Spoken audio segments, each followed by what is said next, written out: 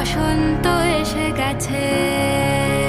তো প্রথমে চটির মতো ঘুরে হবে বাম বাম, ধান ভাঙে ধাম ধাম। কতে কি করছো? তা কি হচ্ছে না?